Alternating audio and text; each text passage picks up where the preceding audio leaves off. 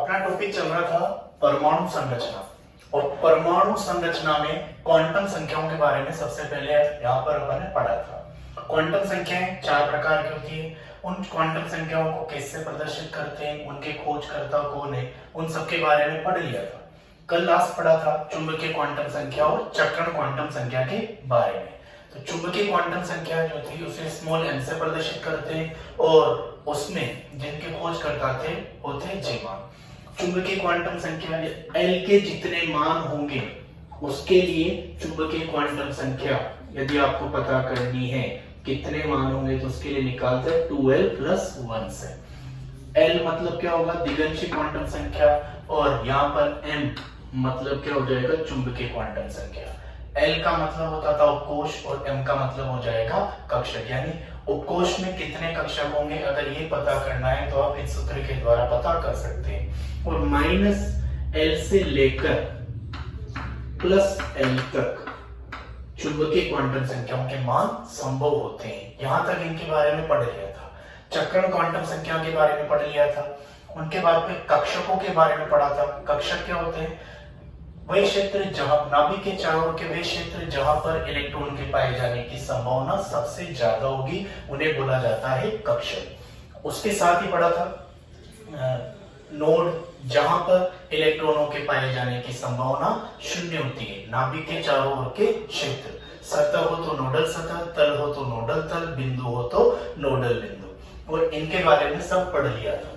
अब कल जो डी कक्षकों के बारे में नोडल तल पढ़े थे, तो डी कक्षकों में नोडल तल का तरीका आपको पता ही है। उनके आगे जो दो पढ़े थे dx² -y² और एक आया था dz²।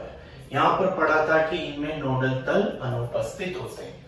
इनमें नोडल तल वैसे उन्हें x y के क्रम में नहीं लिख सकते, लेकिन यहाँ पर नोडल तल की अगर बात करी जाए, क्वेश्चन आ जाए, तो आपको ध्यान रखना है कि इनमें नोडल तल आपस में 90 डिग्री के कोण पर होते हैं और वो अक्ष के साथ 45 डिग्री का कोण बनाते हैं।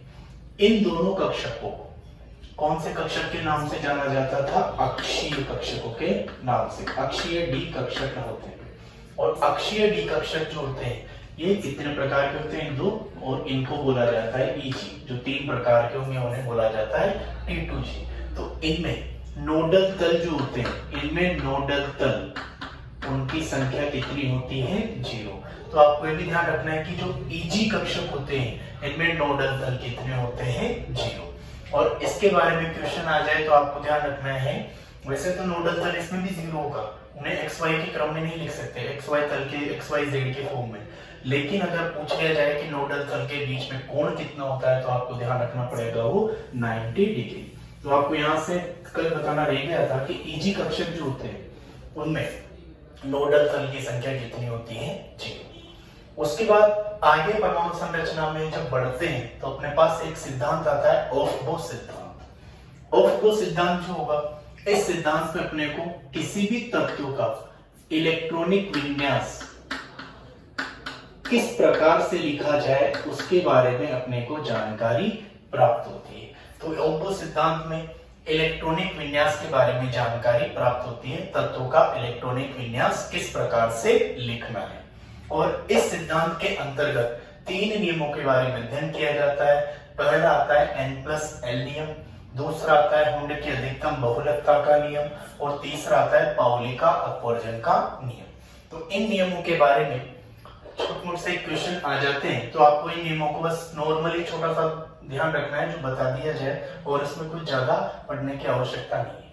जैसे सबसे पहला जो नियम आ रहा है वो आ रहा है N+L नियम। N+L नियम में N+L नियम के अंतर्गत जैसे एक बार पहले पढ़ चुके हैं इसको कि N+L नियम से उपकोष की ऊर्जा का निर्धारण किया जाता है, और उपकोष की जो ऊर्जा होगी उसी के बढ़ते हुए क्रम में लिखा जाता है उनका इलेक्ट्रॉनिक विन्यास। तो N+L नियम ये अपने को इसके बारे में बताएगा, उपकोष में इलेक्ट्रॉन्स के भरने के बारे में, उपकोष में इलेक्ट्रॉन के भरने के बारे में जानकारी देता है। तो उस सिद्धांत को अपने को N+L सिद्धांत, उसमें हमको बोलेंगे N+L नियम। जिसके लिए n+l का मान, जिस उपकोष के लिए n+l का मान ज्यादा होगा उस उपकोष की ऊर्जा भी ज्यादा होगी, और जिसके लिए n+l का मान कम होगा उस उपकोष के लिए ऊर्जा का मान भी कम होगा। तो अपने को ध्यान रखना है कि जब भी विन्यास लिखा जाएगा वो हमेशा ऊर्जा के बढ़ते हुए क्रम में लिखा जाता है, और n+l नियम का n+l का मान यदि ज्यादा होता है तो उसकी ऊर्जा, उस उपकोष की ऊर्जा भी ज्यादा होगी, n+l का मान कम होगा तो उस उपकोष की ऊर्जा भी कम होगी। तो n+l नियम एक इसमें केस में भी आ जाता है कि n+l का यदि मान समान आ जाए तो किसको कंसीडर करें, कौन सा उपकोष की ज्यादा ऊर्जा और कौन से उपकोष की कम ऊर्जा माने, तो फिर उसको देखा जाता है n से। जिसके लिए n का मान कम होगा उसकी ऊर्जा भी क्या होगी, कम, और जिसके लिए n का मान ज्यादा होगा उसकी ऊर्जा भी ज्यादा होगी। लेकिन कब, जब n+l का मान किन्हीं दो कोशों के लिए समान प्राप्त होता है तो फिर देखा जाता है n का मान, n का मान कम है तो उनकी ऊर्जा भी कम होगी, और n का मान ज्यादा है तो उसकी ऊर्जा भी ज्यादा होगी, और जिसकी ऊर्जा कम होगी उसको भरा जाता है पहले। तो आपको ये छोटी सी जानकारी यहाँ पर ध्यान रखनी है। तो इसमें सबसे पहले वो उपकोष भरे जाएंगे, सबसे पहले उन उपकोषों में इलेक्ट्रॉन भरे जाएंगे जिन उपकोषों की ऊर्जा कम होगी, और बाद में वो भरे जाएंगे जिनकी ऊर्जा ज्यादा होगी। तो और जैसा कि आपने बहुत सारे 9वीं 10वीं क्लास से पढ़ रहे हैं कि इलेक्ट्रॉन किस प्रकार से भरे जाते हैं, तो उनमें कौन से उपकोष में कितने इलेक्ट्रॉन होते हैं, जैसे 2, 8, 8, 18, 18, 32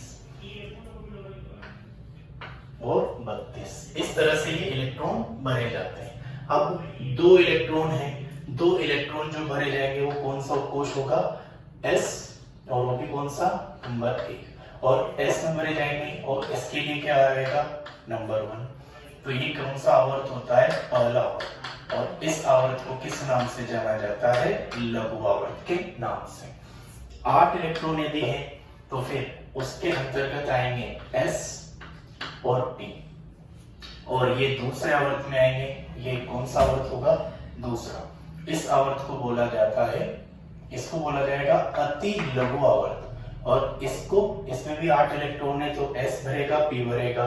इसके अंतर्गत इसमें भी कितने इलेक्ट्रॉन हैं, 8, तो ये कौन सी कक्षा, कौन से आवर्त में आएगा, 3। इन दोनों को मिलाकर बोला जाता है लघु आवर्त, ठीक है। उसके बाद अगला जो आएगा उसमें कोश में भरे जाएंगे 18 इलेक्ट्रॉन, और 18 इलेक्ट्रॉन जो भरे जाएंगे तो s और p तो होगा ही, बीच में उनके कौन सा आ जाएगा, d। s में 2 इलेक्ट्रॉन, p में 6 इलेक्ट्रॉन, और d में कितने हो जाएंगे, 10, तो टोटल मिलाकर हो जाएंगे 18, और ये कौन सा आवर्त हो जाएगा, चौथा। और इसी के साथ अगला जो आवर्त होगा उसमें भी भरे जाएंगे s, d और p, और ये आवर्त कौन सा हो जाएगा, 5वां। इन दोनों को मिलाकर कहा जाएगा दीर्घावर्त। इसके बाद फिर अगला जो आवर्त आएगा उसमें टोटल इलेक्ट्रॉन होंगे 32, यानी 2 तो s में, 6 p में, और d में कितने होंगे, 10, 14 एक्स्ट्रा इलेक्ट्रॉन आ गए। मतलब 14 इलेक्ट्रॉन किस में जाते थे, f उपकोष में, तो यहाँ f उपकोष में, तो यहाँ पर बीच में इनके क्या आएगा, f। तो f d p, इनमें मिलाकर हो जाएंगे, होगा 6वां आवर्त, और इसे बोला जाएगा दीर्घतम आवर्त। अगला जो आवर्त होगा उसमें 32 इलेक्ट्रॉन होते हैं, लेकिन यह आवर्त अपूर्ण होता है, पूरे इसमें 32 इलेक्ट्रॉन, अभी तक इसमें इतने तत्वों की खोज नहीं हुई है। SFDP, इसे बोला जाता है 7वां, और ये हो जाएगा अपूर्ण आवर्त, क्योंकि अभी इसमें 32 इलेक्ट्रॉन तक के तत्व नहीं खोजे गए। तो इन सब के बारे में अपने को जानकारी मिलेगी n+l नियम से। तो सबसे पहला जो आवर्त होगा उसमें 2 इलेक्ट्रॉन आएंगे, उसे बोला जाएगा अति लघु आवर्त, और s उपकोष भरा जाएगा। दूसरा जो आवर्त उपकोष आएगा उसमें 8 इलेक्ट्रॉन होंगे, s उपकोष और p उपकोष, इसे बोला जाएगा लघु आवर्त। ऐसे तीसरा होगा उसे भी बोला जाएगा लघु आवर्त, और इसमें भी इलेक्ट्रॉन आएंगे 8। चौथा और पांचवा, इसमें बीच में s और p उपकोष के साथ d उपकोष में आ जाता है, यानी 10 इलेक्ट्रॉन एक्स्ट्रा ऐड हो जाते हैं। इसलिए दोनों इलेक्ट्रॉनों में, दोनों उपकोषों में 18 इलेक्ट्रॉन होते हैं और इन्हें बोला जाता है दीर्घावर्त। चौथा और पांचवा दोनों को बोला जाएगा दीर्घावर्त। इसके बाद अगले जो उपकोष आएंगे उसमें आएगा 32, यानी 14 इलेक्ट्रॉन एक्स्ट्रा गए, तो इसमें f उपकोष भी बीच में काउंट होता है। ये छठा आवर्त होता है, इसे बोला जाता है दीर्घतम आवर्त। इसके साथ लास्ट का जो होता है इसमें अपूर्ण आवर्त के नाम से जाना जाता है, क्योंकि अभी तक इतने तत्वों के बारे में डिस्कवरी नहीं हुई। तो ये आपको कुछ चीज यहाँ पर ध्यान रखनी है। ये पहले s 2 इलेक्ट्रॉन आएंगे, फिर sp दोनों में दूसरे और तीसरे में टोटल मिलाकर 8 इलेक्ट्रॉन, चौथे से d स्टार्ट हो जाता है तो 18 इलेक्ट्रॉन हो जाएंगे, और छठे से f भी आ जाएगा तो 14 इलेक्ट्रॉन और एक्स्ट्रा इसमें ऐड हो जाते हैं। तो टोटल मिलाकर ये इनके इलेक्ट्रॉनों को बढ़ने का क्रम है, और ये पिछली क्लासों से आप इनको पढ़ते आ रहे हैं, तो ये क्रम आपको ध्यान रखना। इसके साथ अगला जो n+n नियम के बारे आगे जो आएगा उसमें आता है कुंड की अधिकतम बहुलकता का नियम। तो दूसरा नियम होता है कुंड की अधिकतम बहुलकता का नियम। जैसा कि नाम से पता लग रहा है, अधिकतम बहुलकता का नियम, यानी अधिकतम, जैसे कुंड का नियम लिख रहे हैं, कुंड का बहुलकता का नियम।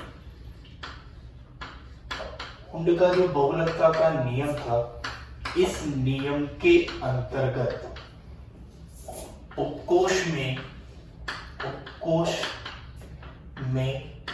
कक्षकों में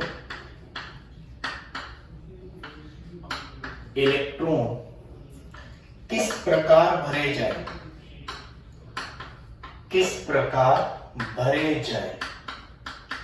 इसकी अपने को जानकारी प्राप्त होती है। कौन से नियम से? कुंड का अधिकतम बहुलकता के नियम से। उपकोष में, कक्षक में किस प्रकार से इलेक्ट्रॉन भरे जाएं, उनके बारे में जानकारी प्राप्त होगी। तो कुंड में इलेक्ट्रॉन भरने का सबसे अच्छा इसमें रूल है कि किसी भी कक्षक में समान चक्रण वाले, किन्हीं भी उपकोष के जो कक्षक है उसमें समान चक्रण वाला पहले एक इलेक्ट्रॉन जाता है। जब उनमें कक्षकों में, सारे कक्षकों में एक इलेक्ट्रॉन चला जाएगा, उसके बाद फिर इलेक्ट्रॉनों का युग्मन होना शुरू होता है। यानी जहां तक इलेक्ट्रॉनों का किसी समान चक्रण वाले इलेक्ट्रॉनों का कक्षकों में जब तक पूर्ण रूप से नहीं भरे जाएंगे, तब तक इलेक्ट्रॉनों का युग्मन संभव नहीं है। यानी युग्मन आप तब तक नहीं कर सकते जब तक कक्षकों में समान चक्रण वाले इलेक्ट्रॉन ना चले जाएं। जैसे पी कक्षक के बारे में बात करें, पी कक्षक में यदि इलेक्ट्रॉन भरना है तो इसमें इलेक्ट्रॉन, जैसे 4 इलेक्ट्रॉन भरने, तो इसमें इलेक्ट्रॉन भरने का रूल है, पहले कक्षकों में एक समान चक्रण वाला इलेक्ट्रॉन जाएगा, उसके बाद फिर बाद में इलेक्ट्रॉनों का युग्मन होना शुरू होगा। अगर आप P4 को इस तरह से भर देते हैं, ये 3 कक्षक है P में, ये वाला राइट हो गया, और इसमें आप इलेक्ट्रॉन भरे, 2 इसमें भर दिए, 2 इसमें भर दिए, तो ये क्या हो जाएगा? रॉन्ग हो जाएगा। तो आपको ये ध्यान रखना है, अधिकतम बहुलकता के नियम में पहले कक्षकों में समान चक्रण वाला एक इलेक्ट्रॉन जाता है, उसके बाद फिर समान चक्रण वाले इलेक्ट्रॉनों का पूरा कक्षक भरने के बाद में इलेक्ट्रॉनों का युग्मन शुरू होता है।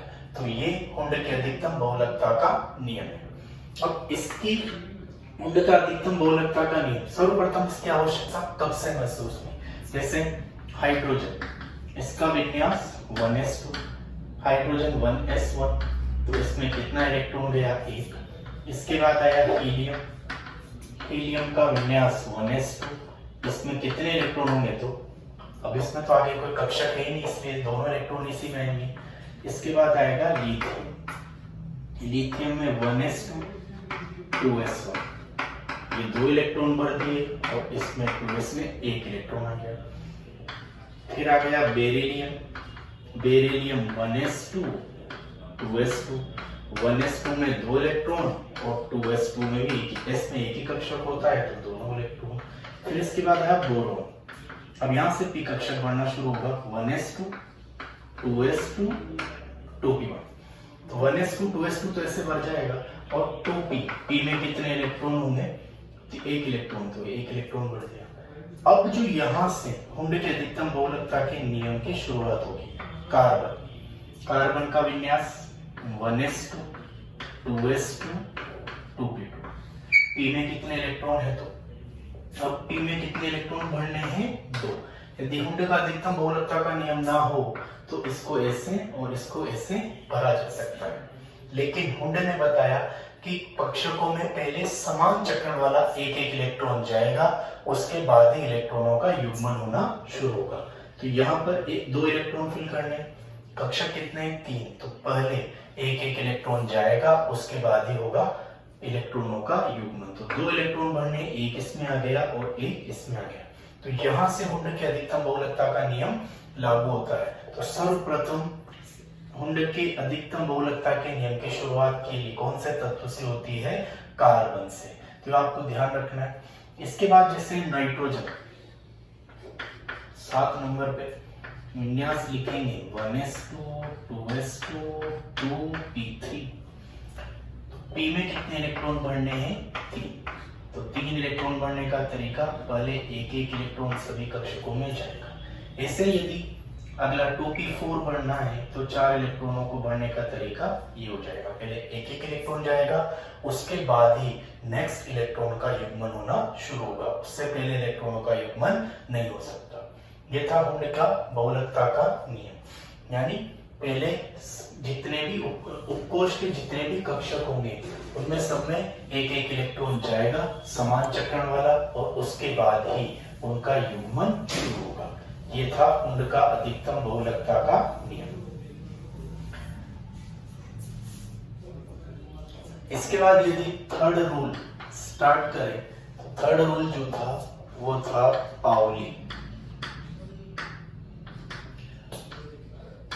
पाउली का अपवर्जन नियम।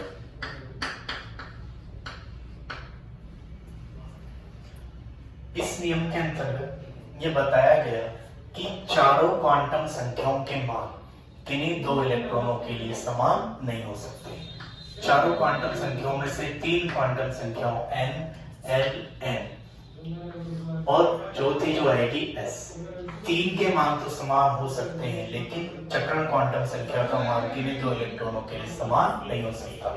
यानी चारों क्वांटम संख्याओं के मान कभी भी बराबर नहीं हो सकते। ये था पाउली का अपवर्जन का नियम। और उन्होंने ये भी बताया कि किसी भी एक कक्षक में अधिकतम विपरीत चक्रण वाले 2 इलेक्ट्रॉन भरे जा सकते हैं। तो जो पाउली ने बताया कि किसी भी 2 इलेक्ट्रॉनों के लिए चारों क्वांटम संख्याओं के मान समान नहीं हो सकते, और किसी भी एक कक्षक में अधिकतम 2 इलेक्ट्रॉन आ जा सकते हैं, और उनका जो चक्रण होता है वो एक दूसरे के कैसे होता है, विपरीत क्रम में होना चाहिए।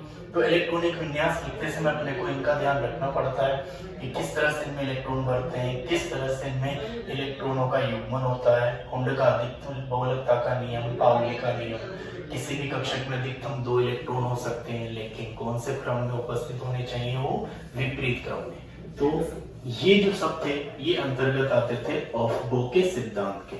n+n नियम में उपकोष की ऊर्जा का निर्धारण किया जाएगा। जिस उपकोष की ऊर्जा ज्यादा होगी उसे बाद में भरा जाएगा, और जिसकी ऊर्जा कम होगी उसे पहले भरा जाएगा। हुंड के द्वारा बताया गया कि सबसे पहले उपकोषों के जो कक्षक होंगे उनमें एक एक इलेक्ट्रॉन जाएगा, उसके बाद फिर इलेक्ट्रॉनों का युग्मन होना प्रारंभ होगा। पाउली ने बताया कि किसी भी कक्षक में अधिकतम 2 इलेक्ट्रॉन जा सकते हैं, और वो एक दूसरे से कैसे चक्र में पाए जाएंगे, विपरीत चक्र में उपस्थित होंगे। तो ये ऑफबो के सिद्धांत है, इनके आधार पर इनका इलेक्ट्रॉनिक विन्यास लिखा जाता है। अब इसके बाद कक्षक कल कंप्लीट हो गए थे। अब अपने को पढ़ना था यहाँ पर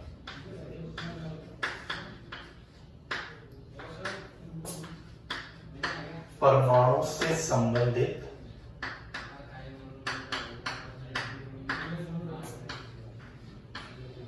कुछ मुख्य शब्द, जैसे परमाणु। परमाणु में जो सर्वप्रथम आता है वो होता है नाभिक। नाभिक जो होगा ये धनावेशित भाग होता है। किसी भी परमाणु का धनावेशित भाग उसे क्या कहा जाएगा, नाभिक कहा जाएगा। नाभिक में प्रोटॉन पाए जाएंगे,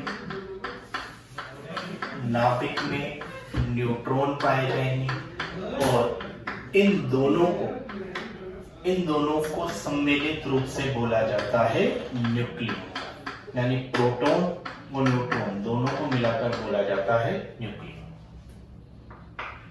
नाभिक, परमाणु में नाभिक है, धनावेशित है।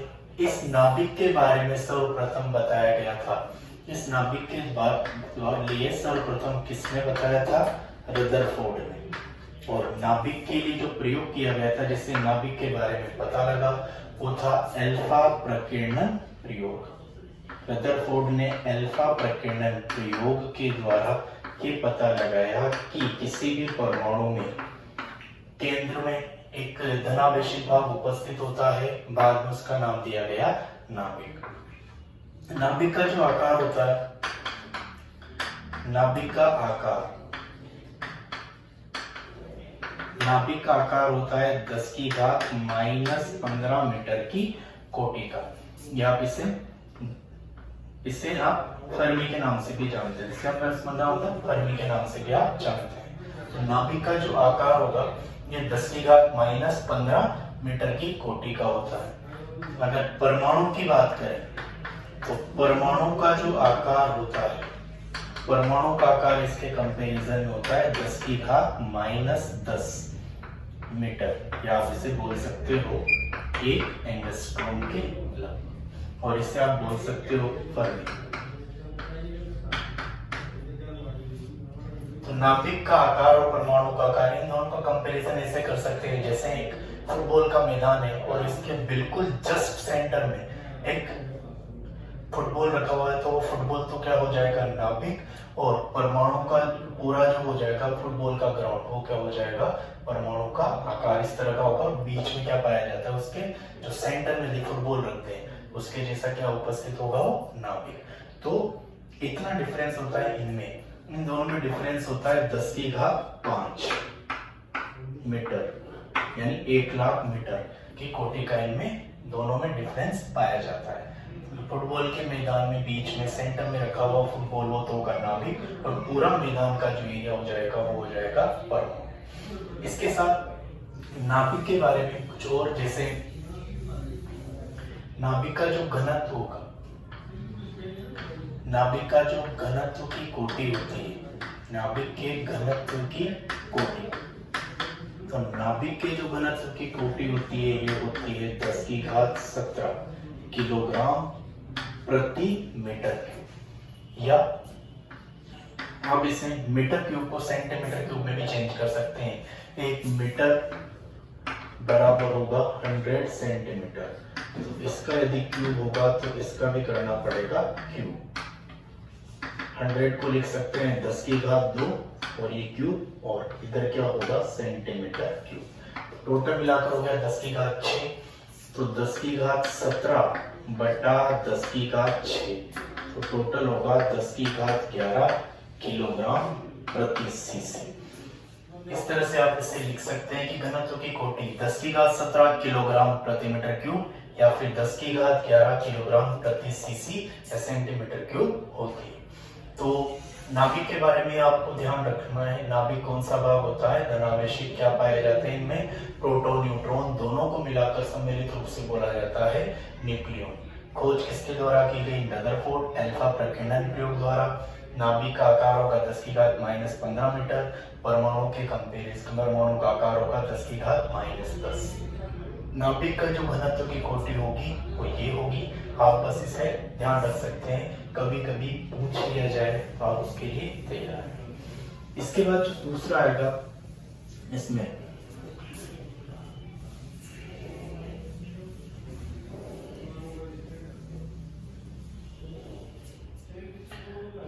परमाणु संख्या।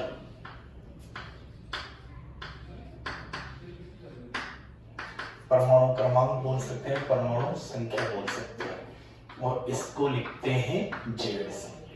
परमाणु क्रमांकों में किसी भी तत्व में जितने भी प्रोटॉन उपस्थित होते हैं, प्रोटॉन की संख्या, उसी को क्या बोला जाता है? परमाणु क्रमांक। तो प्रोटॉन की जो संख्या होगी वही क्या हो जाएगी? उसका परमाणु क्रमांक हो जाएगी।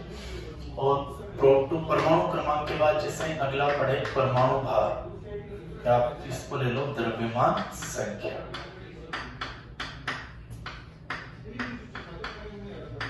द्रव्यमान संख्या को लिखते हैं ऐसे। द्रव्यमान संख्या जो होती है, जैसे किसी भी तत्व है उसको यदि प्रदर्शन किया जाता है, कोई तत्व है x, तो इसमें आगे की तरफ रखा जाता है z और ऊपर की तरफ आता है इसमें a। तो z जो होता है ये तो होता है परमाणु क्रमांक, और a जो होता है ये होगा द्रव्यमान संख्या। तो द्रव्यमान संख्या a जो होगी, या द्रव्यमान संख्या इसे बोलेंगे, द्रव्यमान संख्या में उपस्थित होता है प्रोटॉन प्लस न्यूट्रॉन। प्रोटॉन की संख्या प्लस न्यूट्रॉन, प्रोटॉन की संख्या प्लस न्यूट्रॉन की संख्या, इन दोनों को सम्मिलित रूप से बोला जाता है द्रव्यमान संख्या। यानी द्रव्यमान संख्या A बराबर हो जाएगा Z प्लस n। तो A बराबर Z प्लस n, यदि न्यूट्रॉन की संख्या निकालनी है तो न्यूट्रॉन की संख्या बराबर हो जाएगा A माइनस Z। तो अगर आपको द्रव्यमान संख्या और परमाणु क्रमांक पता है तो आप उसके कितने न्यूट्रॉन उपस्थित है उस तत्व में, उनके बारे में जानकारी प्राप्त कर सकते हैं। तो तीसरा पार्ट उसका हो गया था द्रव्यमान संख्या। यहाँ से आप इनके बारे में पता लगा सकते हैं। इसके साथ जैसे इसके कुछ एग्जाम्पल करें,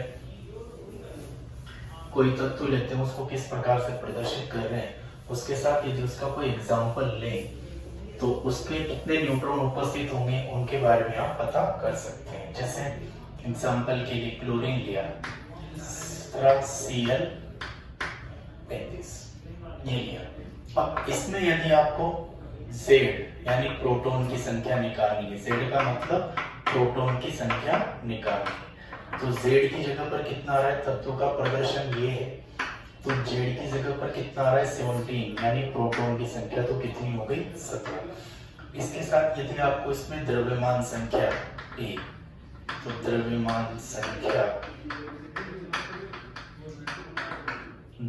संख्या इसमें हो जाएगी 35 यानी 35।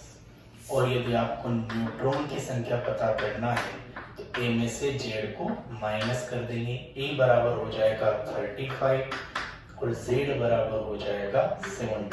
तो इसमें न्यूट्रॉन की संख्या हो जाएगी 18, यानी इसमें 18 न्यूट्रॉन उपस्थित है। इसी के साथ यदि आप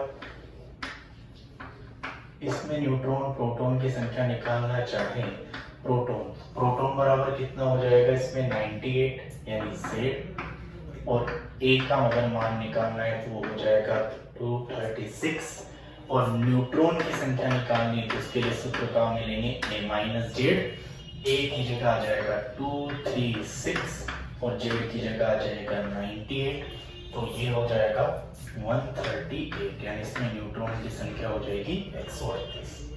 और यदि आप इसमें इलेक्ट्रॉन भी निकालना चाहें तो इस तत्व पर यदि कोई आवेश उपस्थित नहीं है तो जितने प्रोटॉन उतने उसके पास उपस्थित होंगे इलेक्ट्रॉन। तो प्रोटॉन यहाँ पर कितने हैं, इसमें प्रोटॉन थे 17, तो इलेक्ट्रॉन्स की संख्या भी कितनी हो जाएगी 17। ऐसे इसमें प्रोटॉन अगर 98 है और इस पर कोई आवेश उपस्थित नहीं है तो इलेक्ट्रॉन की संख्या कितनी हो जाएगी, यहाँ पर भी 90। इस तरह से आप इनमें इलेक्ट्रॉन की संख्या का भी पता लगा सकते हैं। तो इलेक्ट्रॉन की संख्या पता लगाने के लिए वैसे फॉर्मूला होता है, सूत्र होता है, लेकिन उसका कोई मतलब नहीं, आप तो डायरेक्ट उसको ध्यान रख सकते हैं। तो सूत्र याद ना रखें तो भी कोई इसमें दिक्कत नहीं। इस तरह से आप इनमें प्रोटॉन, न्यूट्रॉन और द्रव्यमान संख्या का पता लगा सकते हैं।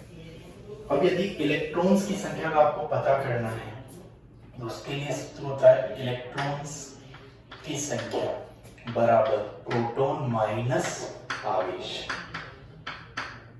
लेकिन ये जो आवेश रखना है आपको किसके साथ रखना है, चिन्ह के साथ। तो इससे आप इलेक्ट्रॉन की संख्या भी पता लगा सकते हैं। और अगर किसी भी तत्व पर अगर कोई आवेश है उसके द्वारा भी आप इलेक्ट्रॉन की संख्या का पता लगा सकते हैं।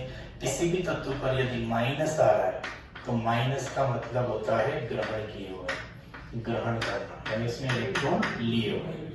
और अगर किसी भी तत्व पर प्लस आ रहा है तो उसका मतलब उसने इलेक्ट्रॉन त्याग दिए, तो इलेक्ट्रॉन उसने त्याग दिए। तो आप ये भी ध्यान रख सकते हैं जितने इलेक्ट्रॉन उसने अगर माइनस चार्ज आ रहा है तो उसने इलेक्ट्रॉन ग्रहण किए, प्लस चार्ज आ रहा है तो उसने इलेक्ट्रॉन त्याग दिए। जैसे Cn माइनस, ये 17 नंबर पर आएगा, तो इसमें प्रोटॉन कितने हो जाएंगे, इसमें प्रोटॉन हो जाएंगे 17। और यदि आपको इलेक्ट्रॉन पता करना है तो इलेक्ट्रॉन प्रोटॉन की संख्या में यदि माइनस आ रहा है तो ऐड करेंगे, प्लस आ रहा है तो माइनस करेंगे। तो यहाँ पर प्रोटॉन की संख्या कितनी है 17, यहाँ पर माइनस कितना आ रहा है 1, तो उसको ऐड कर देंगे। तो 17 प्लस 1 बराबर कितना होगा 18। जो भी यहाँ पर चिन्ह होगा उसका उल्टा साइन आपको यहाँ पर रख देना है। तो यहाँ पर 17 प्रोटॉन की संख्या लिख दी 17, और यहाँ पर माइनस है तो यहाँ पर आपको लगा देना है प्लस, कुछ नहीं है तो 1, तो यहाँ पर भी लिख दिया है, तो टोटल इलेक्ट्रॉन हो जाएंगे 18।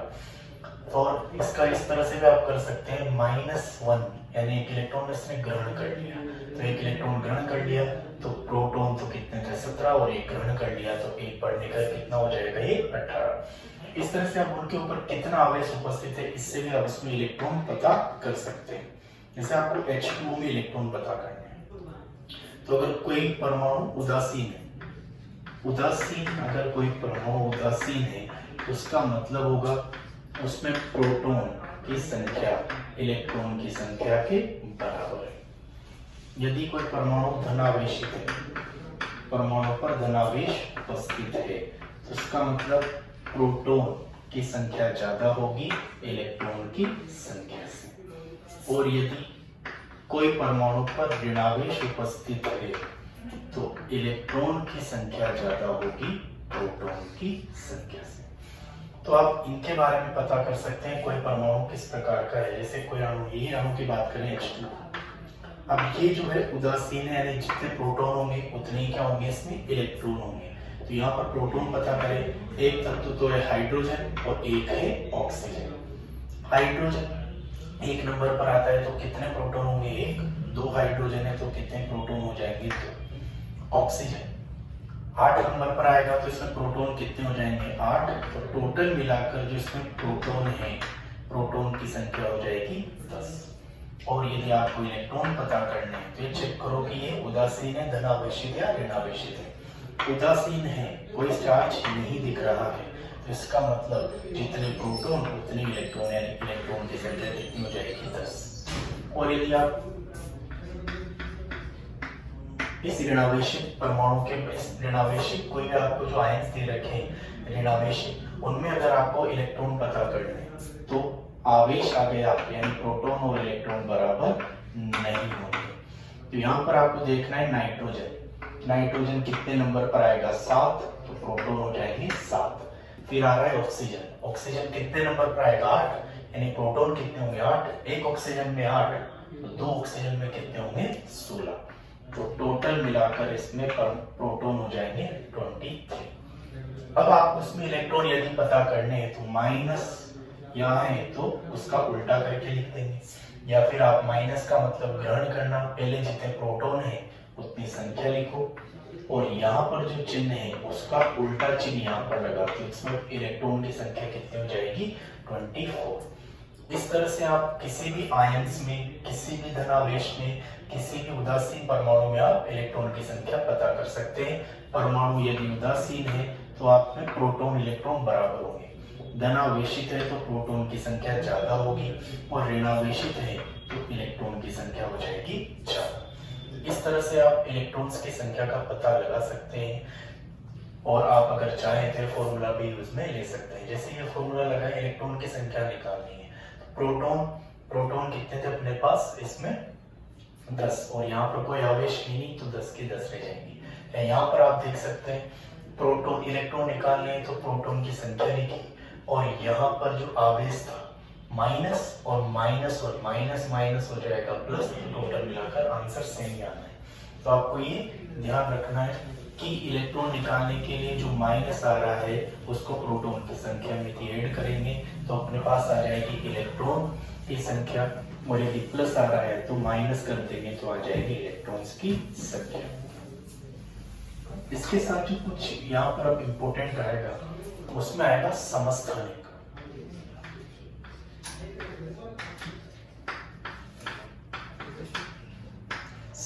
समस्थानिक यानी आइसोटोप। अब समस्थानिक क्या होते हैं? समस्थानिक में जैसे एग्जांपल से इसकी डेफिनेशन समझे तो इसमें एग्जांपल होते हैं हाइड्रोजन।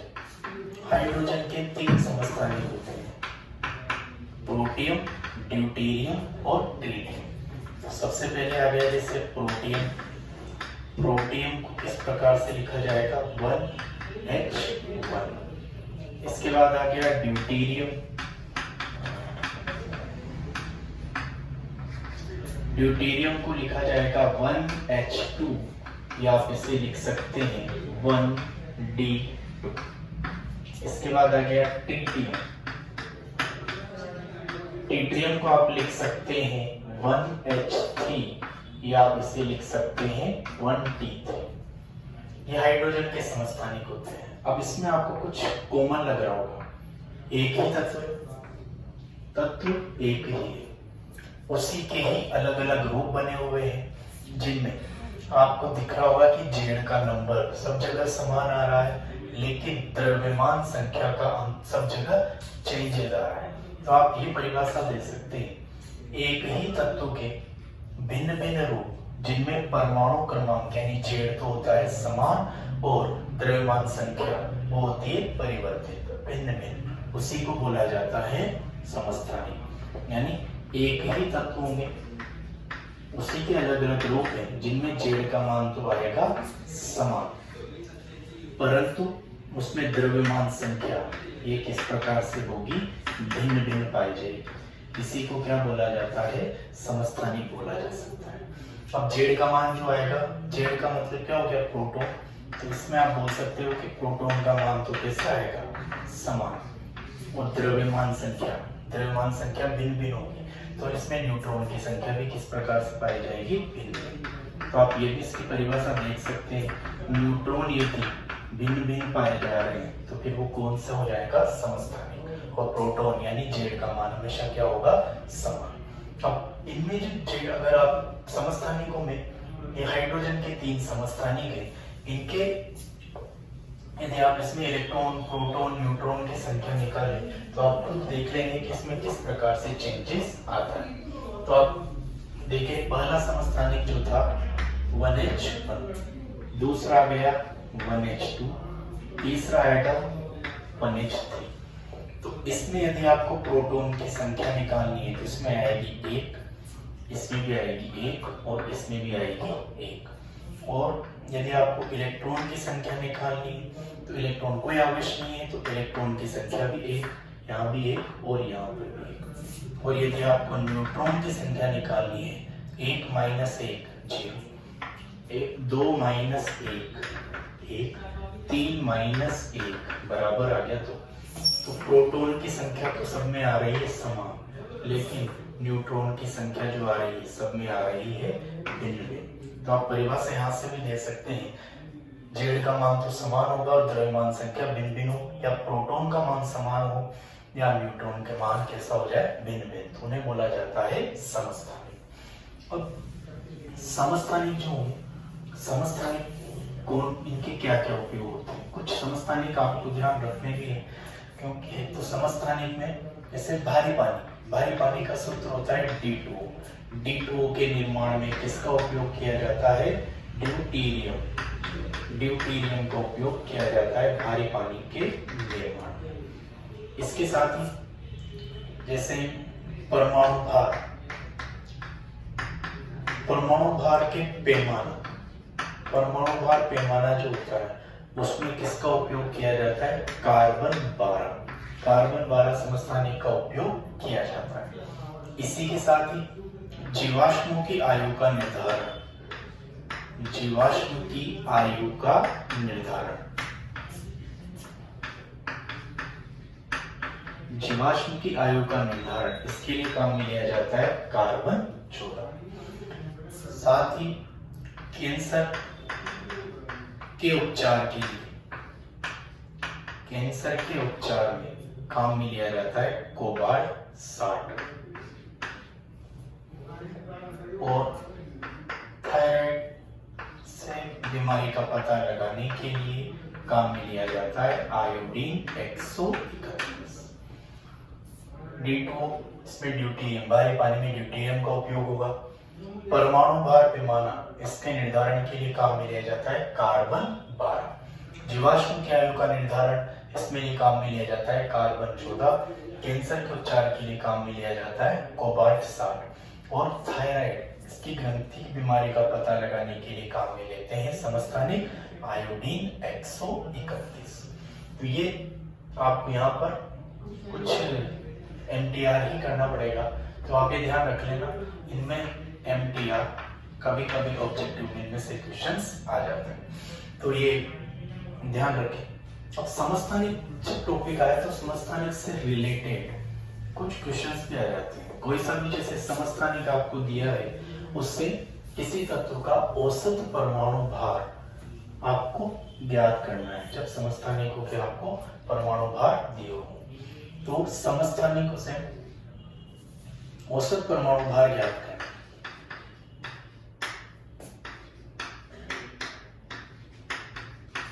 तत्व का औसत परमाणु भार जब समस्थानिक दिए हुए,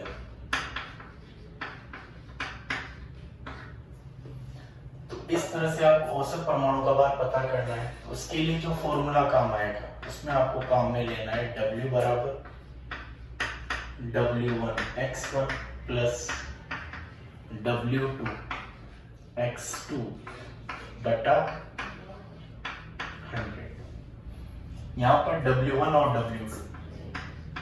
W1 यहाँ पर इसको आगे भी आप बढ़ा सकते हैं, ज्यादा भी यदि गिवन हो तो इस तरह से। तो W1 W2 W3 ये जो भी समस्थानिक दिए हुए हैं, समस्थानिकों के हो जाएंगे परमाणु भार। समस्थानिकों के परमाणु भार और x1 x2 x3 ये इनके हो जाएंगे प्रतिशत, यानी इनकी कितनी प्रतिशतता दी हुई है। उसको अगर आप यहाँ पर डायरेक्ट वैल्यू रखेंगे तो आपको आंसर पता लगेगा। अब इसमें दो टाइप के क्वेश्चंस पूछे जा सकते हैं। जैसे आपको कोई क्वेश्चन दिया,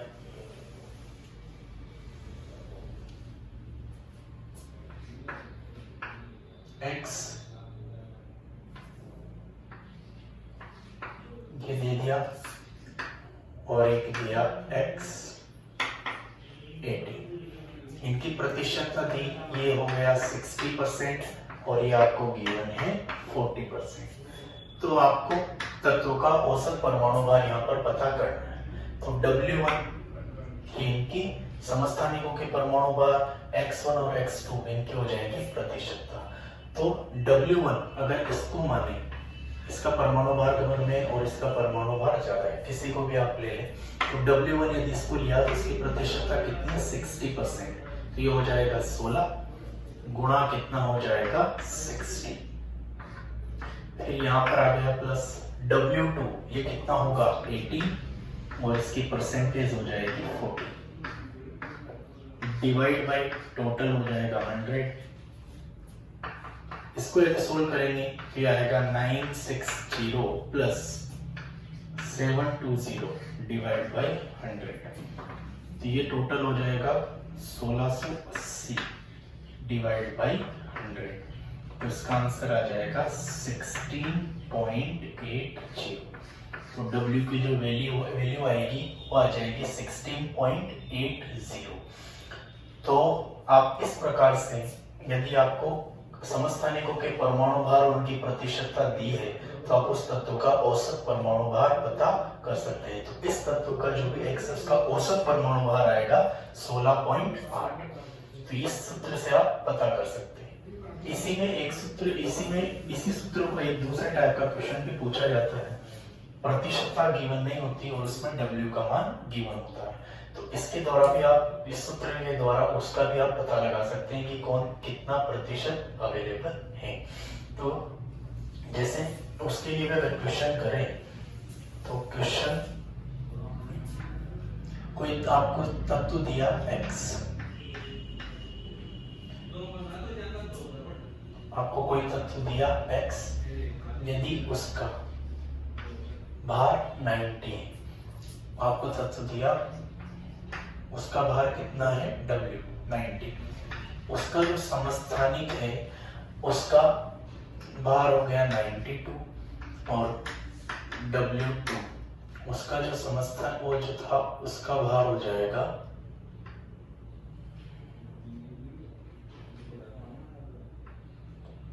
अप्रोक्स आप ले सकते हैं, चलो एक मिनट रुको।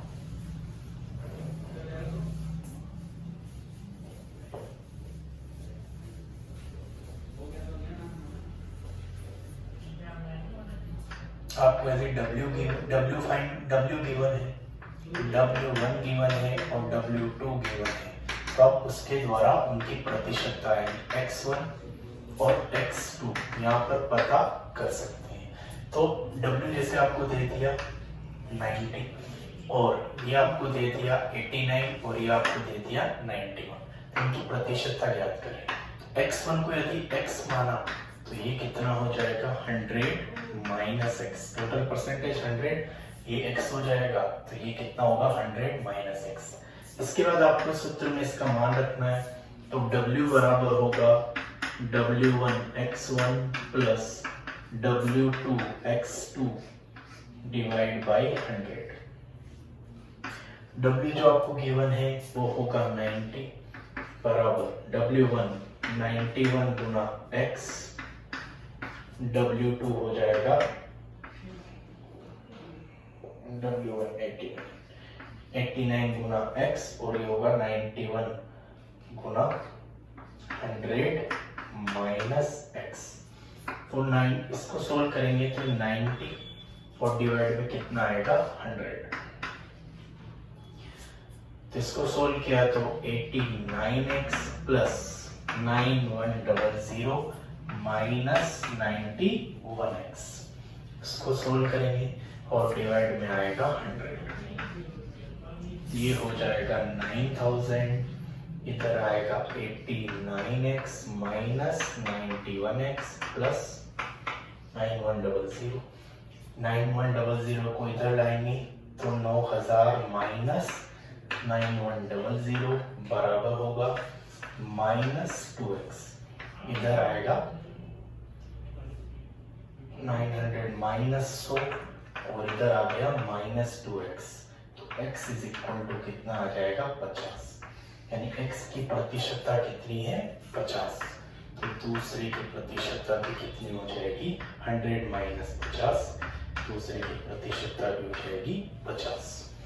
तो इस तरह से आप इनमें अगर प्रतिशतता गिवन है तो उससे औसत परमाणु भार पता कर सकते हैं, और यदि परमाणु भार पता है तो आप उससे उनकी प्रतिशतता भी निकाला जा सकता है।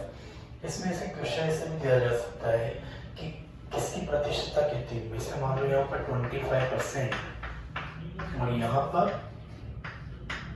75% यदि होता, अगर वो पूछते हैं इसमें से कि वो समस्थानिक की प्रतिशतता कितनी है, सबसे बड़े वाले भारी समस्थानिक की प्रतिशतता कितनी है, भारी समस्थानिक जिसका वजन ज्यादा है वो क्या होगा भारी, यानी जिसका परमाणु भार ज्यादा है तो वो कितनी हो जाएगी 75, और जो हल्का है वो कितना हो जाएगा 25%।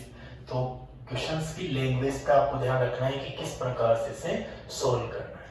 तो आज यहाँ तक ही रखते हैं, फिर आगे कल करेंगे आगे। तो इसको कंप्लीट करना, यहाँ तक आप इसको एक बार रिवाइज कर लेना, फिर आगे कल करें।